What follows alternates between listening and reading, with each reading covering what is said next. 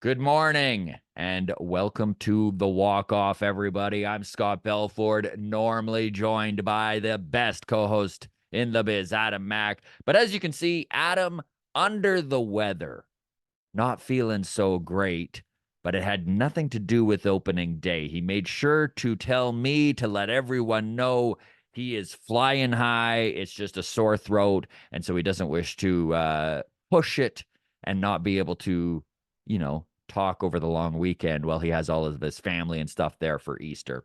So it is Good Friday, but I say, you know what? Great Friday. What an opening day yesterday.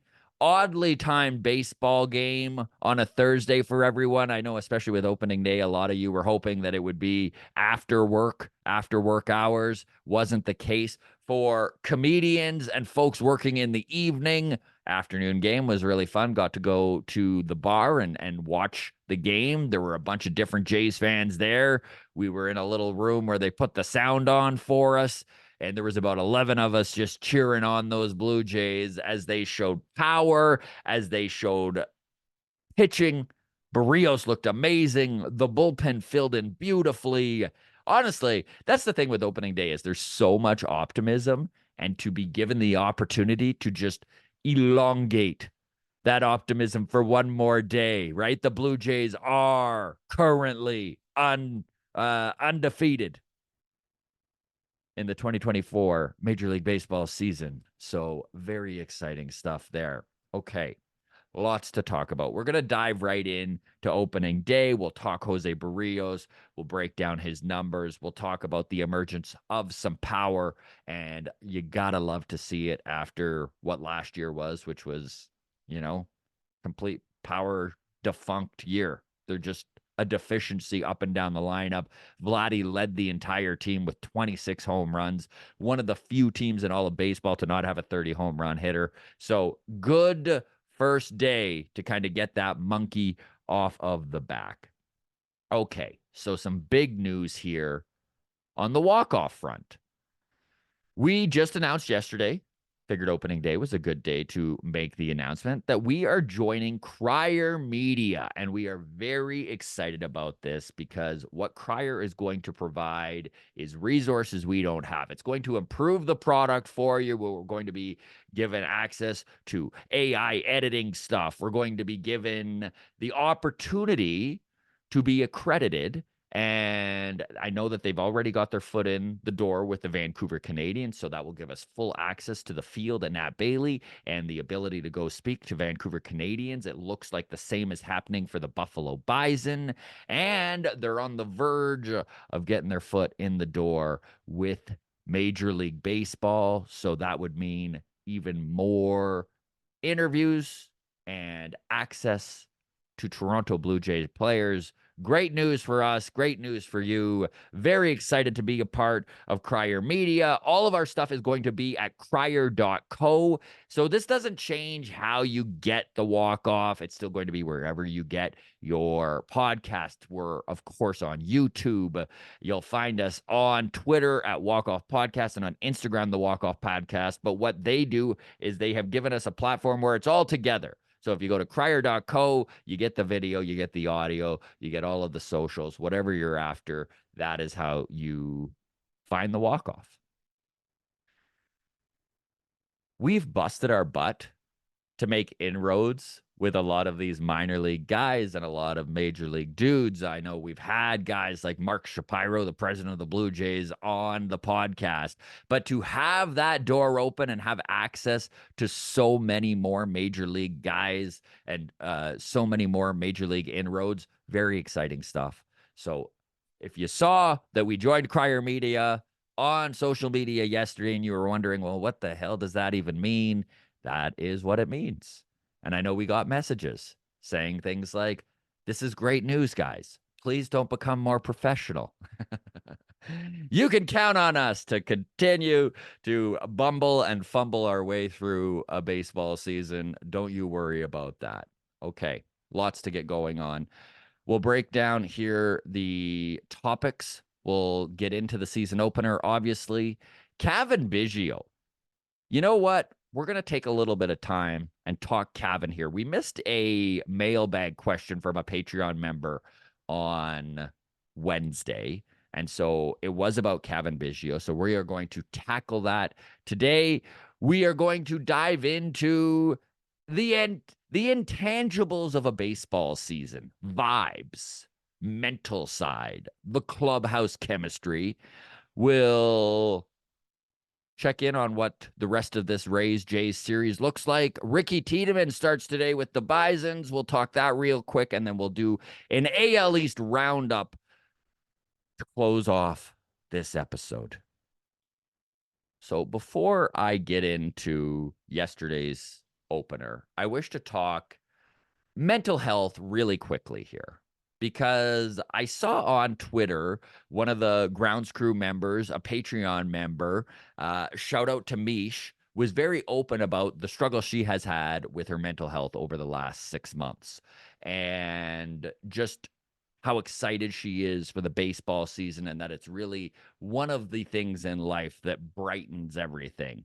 And so we all have our own struggles, and there's always our own interests that provide that light that in dark times you can kind of look forward to. And so for everyone out there, that baseball is that light, is that beacon. Welcome to a brighter next 6 months, right? Just having all of your baseball buds and your support system there online that are all tapped into the same interest. It's a really cool thing, and just wanted to shout it out. Very cool of you, Mish, to share that with everyone. I know that's one thing that maybe needs to be done a little bit more, is when folks are struggling, you mention it, you let everyone know, and because we all deal with that. But anyways, baseball is here. It is brighter for everyone now that is so tapped into the baseball world. So again, shout out to Mish, a big member of our Discord and just the walk-off community in general. So for everyone out there who maybe has had a rough winter, you know what? Like, good on you for still being here, for still putting in the effort to get to what is hopefully a brighter time. And life's funny that way, right? Sometimes you think it never gets better, and then right around the corner it does. So a tip of the hat to everyone who has made it through. I'm not saying winter's over and the darkness is gone and all that sort of stuff. I know how it works, but glad everyone is still here who is watching now. Baseball season.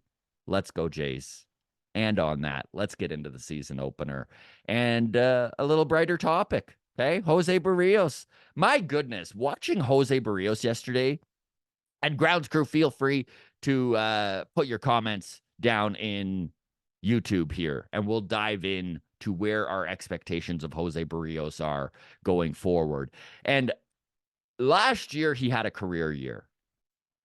Jose Barrios, I saw a stat yesterday on the game broadcast saying that it has been 5 years in a row where he has made all 32 of his starts, which is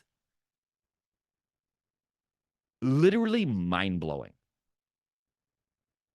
In a time in baseball where pitchers in a lot of cases are viewed as almost disposable by some organizations, the Rays are one that really can find the way, the secret magic to squeeze all that juice out of the orange, right? And then it's just, if you're just a rind, you're just being tossed away. I mean, the Rays more than any other organization, and I'm not saying by any means that this is through carelessness or malpractice or anything like that. It's just the way the human arm is. And when you're constantly pushing velocity, when you're constantly trying to achieve the absolute highest spin rate, you're putting a lot of you're taxing the arm more than it probably should be. This is not new. Everyone is aware of the arm epidemic that's going on in baseball. But to watch Jose Barrios be the horse he is, have the longevity, have the durability, it is something that is not seen very often in starting pitchers. And talk about a advantage for this Toronto Blue Jays team. This was his first start of the year. He went 6 innings, 6 Ks, 1 walk, 2 earned runs, 6 hits, And I think if this was May, we would have seen him go the 7th. I think he topped out at 87 pitches. So they're not going to push anyone at this point in the season. There's no need to. It is still March after all. So they're going to show some caution. But Jose Barrios looked incredible. The movement on his fastball for March 28th looked midseason. He was hitting his spots with his slider.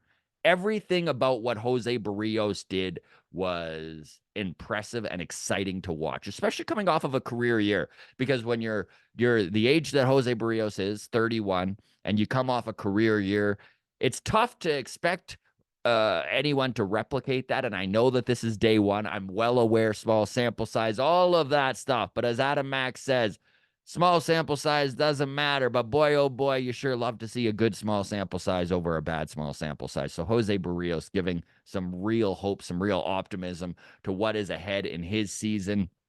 I think Jose Barrios could honestly be the guy in this starting lineup that really fights it out with Kevin Gausman to be our quote unquote ace.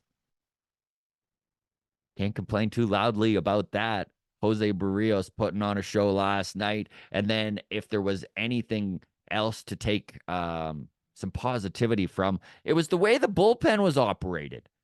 The bullpen was fantastic. They brought in Trevor Richards. He allowed 0 hits. He shut things down. Nate Pearson came in with a clean inning, allowed 1 hit, and shut things down. Tim Meza wound up pitching in the 9th. An 8-2 victory. And I just like the usage of the bullpen here, too, because what John Schneider did by bringing in Richards, Pearson, and Meza is he really allowed Yimi Garcia to still be available for today, Chad Green and Genesis Cabrera to still be available for today in high leverage situations. So he used his lower leverage bullpen pieces. All due respect to Tim Meza. I think they just needed to get him in a game. It had been a while since he had pitched.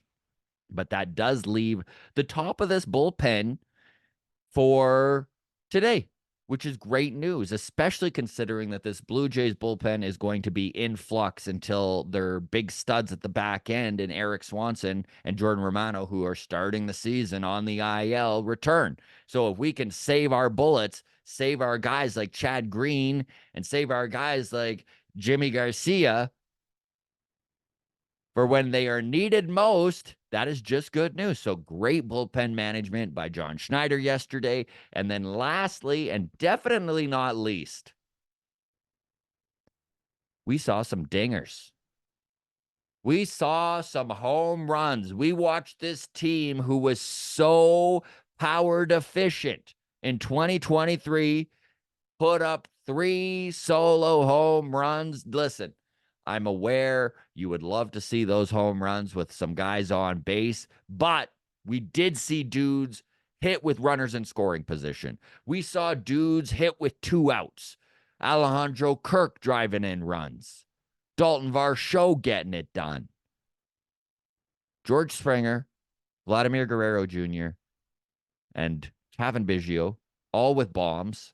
Honestly, man, it was a really uplifting game, an 8-2 victory.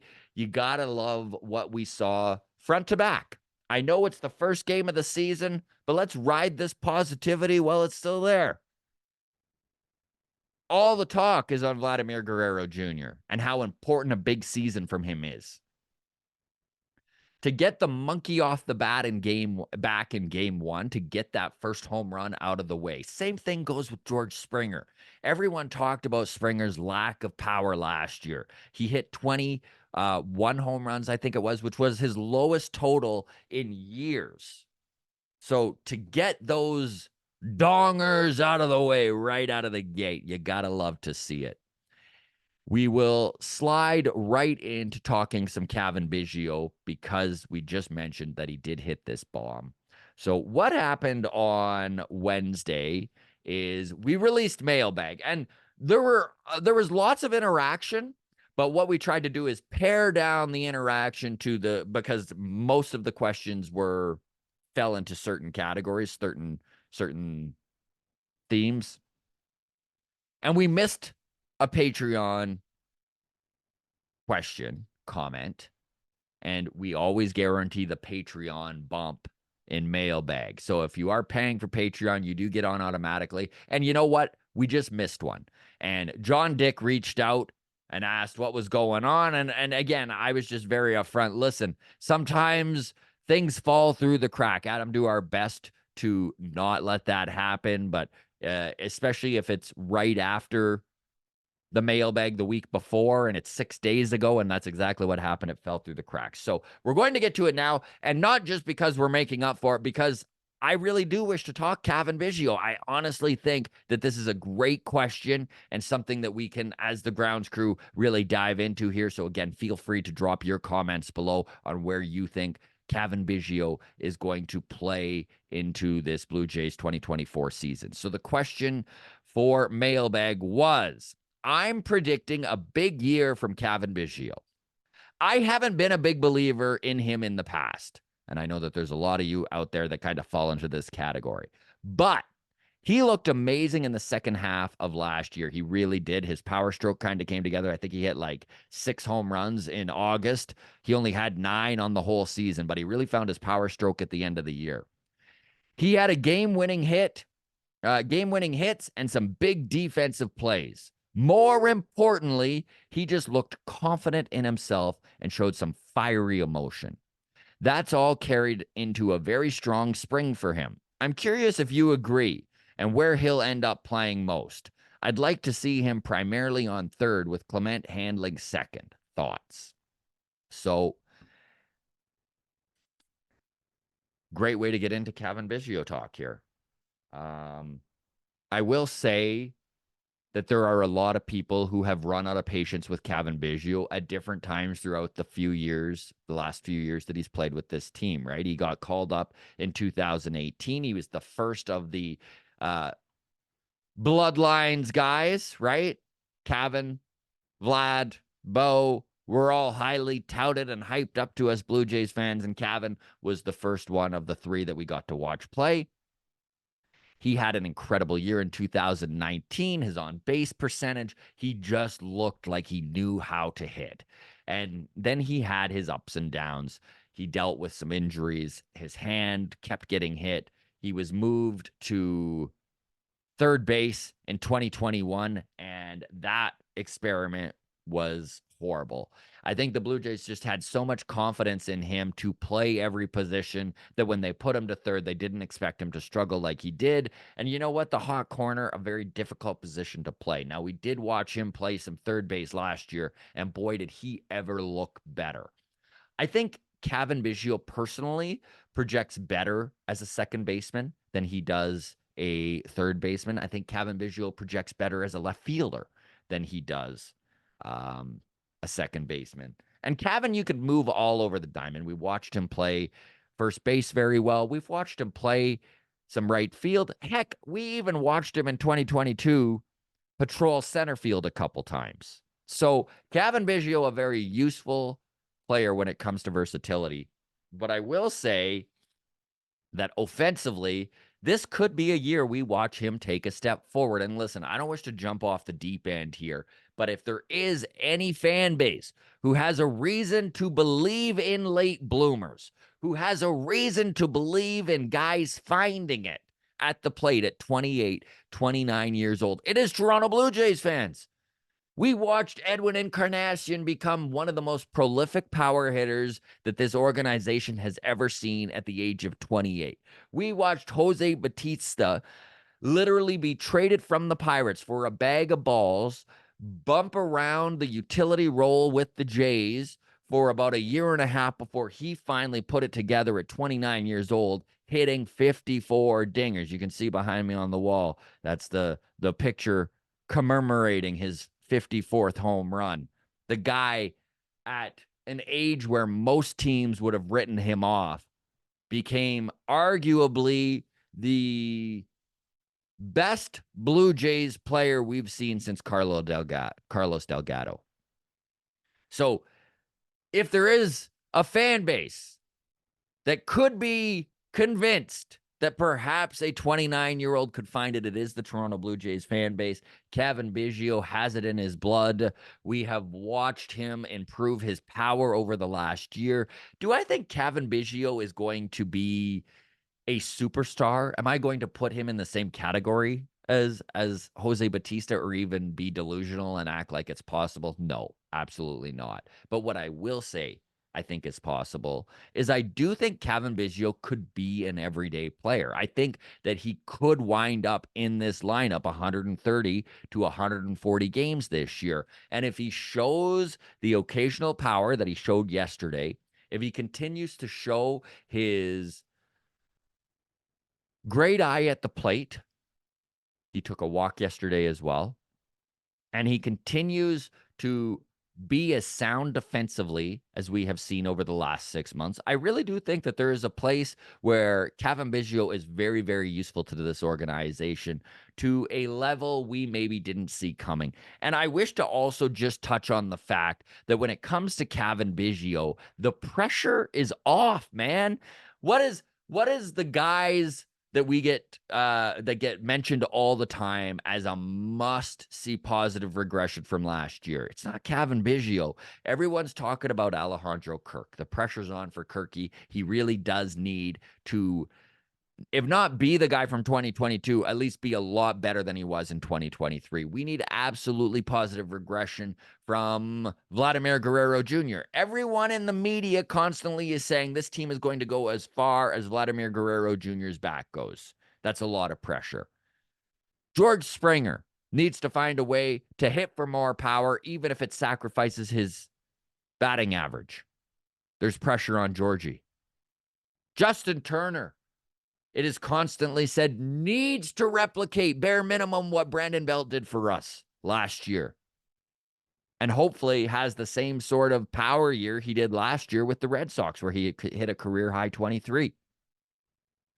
So with all of this pressure on these other guys, and no one too worried about what Cavin Bigio does as he's hitting in the nine hole, do I see a world where Cavin Bigio could have a really big year, where Cavin Bigio could have a career season, and where we all look back in October and say, you know what, truly one of the saving graces of this team, one of the bright spots on this year was Cavin? Absolutely, I feel that way. Drop your comments below, Grounds Crew. How do you feel about Cavin Bigio? Are we being a little delusional here? Is there a world where you can see Cavin hitting 20 dingers and stealing 20 bases and being good defensively and taking his walks? There is a world I can see that. But listen, just being on Blue Jays Twitter, I'm well aware we do not all see things the same way, obviously. So let me know where you're at on Cavin Bigio. We'll have a full Cavin Bigio segment next mailbag, and we will dive in to where everyone is at on Mr. Bigio. I'm going to talk the mental side of the game a little bit here, and I don't wish to get into the weeds on this too much. I'm the furthest thing from a psychiatrist or a psychologist. But my God, the vibes yesterday, did they ever feel better than they did last year? I know that it's just one game. But like legit comparing the way the team held themselves in the wild card series to yesterday, to the year before, like just like it was a playoff series. That wild card series, they were all so tight. And I know that that's going to happen when the pressure is on, but my goodness, did this team ever struggle offensively last year? And by no means can we say in one day that it's fixed, but how loose this team played yesterday, the joy on their faces. And I know how intangible factors are, like clubhouse chemistry, right? And clubhouse confidence. But the boys had swagger yesterday.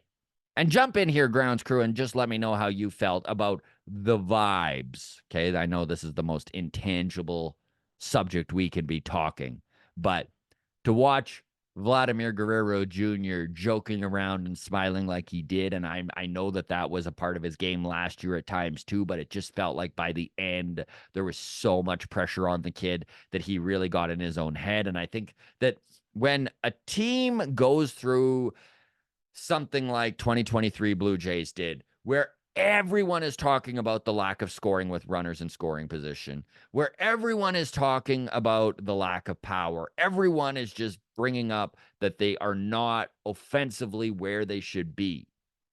And then it goes 1 month, and then it goes 2 months, and then it goes 3 months. And right, and then you're in quicksand and you're sinking, and it's harder and harder to get out of that mindset. I really do think that as professional as the guys on this team are, the mental side got to them last year. Cannot declare that we're out of the woods in one game, but the mental toughness of the team yesterday did impress me. Jose Barrios just held down the fort. He gave up that home run right out of the gate in the first inning, right out of the gate on an incredible pitch. And then he buckled down. Didn't allow another run until it didn't matter. So I want to know if you felt the same way. Am I being a little silly here? I'm so positive right now. It's the beginning of the season sickness that some of us get, right? The positivity. It's so easy to be optimistic. But that team looked mentally far more prepared than we have seen in 2023. Again, super small sample size, but again, to go to the Adam Mack quote, right? Small sample size, always better when it's a positive small sample size. Okay, we're going to get to Ricky Tiedemann. He is obviously the Blue Jays' #1 prospect, the #1 left-handed pitching prospect in all of baseball. He had himself a really good spring. In fact, there were even rumblings that he might go north with the team. Here on the walk-off, we were very, very vocal about the fact we thought there was absolutely no way that would happen. 21 days in AAA, and the Blue Jays don't need to go to arbitration with him for like an extra year, which could save them $10 to $15 million if Ricky Tiedemann pans out. So are they going to let him continue to stretch out in AAA for at least 21 more days? Hell yeah, they are. But we're all going to be paying pretty close attention to Ricky. In those 21 days, he should be able to make 4 starts. So where does he wind up numbers-wise? Where does he wind up innings-wise? And is there a spot for him possibly in the starting rotation? The other possibility with Ricky is that maybe he's in AAA for a couple of months, kind of gets to that inning limit where they feel like, okay, we can bring him up, put him in the bullpen to pitch an inning here, 2 innings there. Kind of the Aaron Sanchez role from 2015. Just have that big, heavy fastball in the back end of the pen where he can come in and give you an inning or two. In more important months of the year, every game matters, obviously.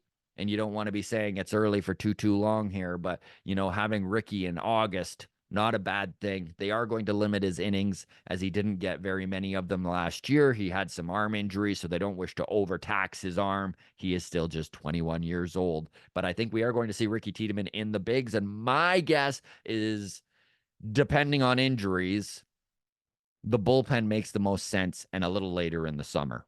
But we watched Alek Manoah completely dominate in 2021 and force the Blue Jays' hand. Of course, there were some injuries that went along with that and gave him an opportunity. But if he is dominating and he is completely unhittable in AAA, why waste bullets? We could see Ricky sooner than later, but still will be 21 days from today. I guarantee that.